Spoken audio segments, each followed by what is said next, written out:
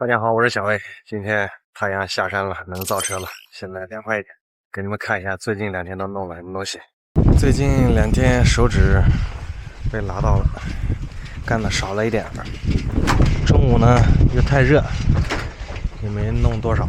然后主要就是把侧面墙板给它全部装上了，然后每个这个接口全部给它切割到活口，给它砸下去以后。这样子，这一圈全部是需要焊接的。拉到我朋友那边，他家有那个气保焊，用那个焊要快一点，速度快，而且不会给它烧个窟窿啊什么的。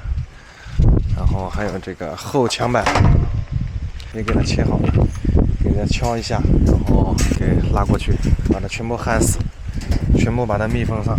这样把它全部焊死、密封好了以后，这样还能当一个那个支架用，整体的话它就不会下沉和弯曲变形。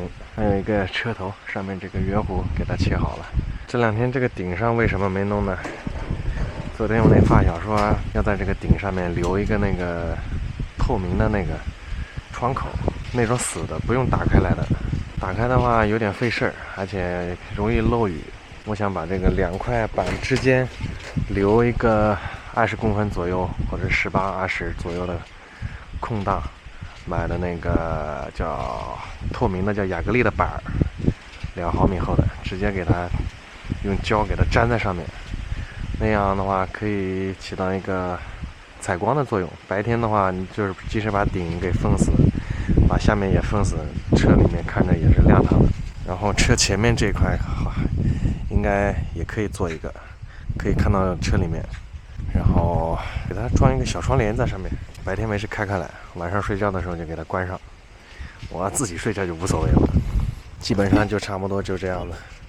那上面那一块昨天晚上给它敲的有点变形，不太好看，将就着看吧，只能这样了。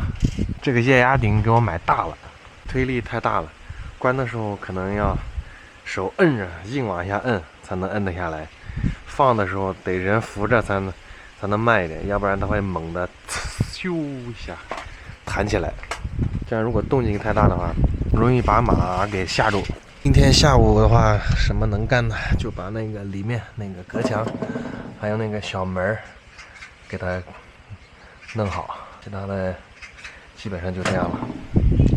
焊好以后，明天开始喷油漆，把一些不用的地方给它喷油漆，上面的留着，等把车拖过去焊好了以后，回来再给它整体喷油漆。明天可以先喷里面。哎呀，今天这个板是装不了了。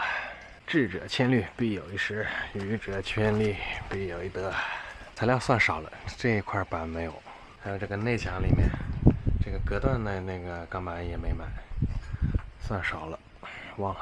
明天中午趁着天气热干不了活，骑3轮车去买2块钢板。哎，今天就瞎收拾收拾吧。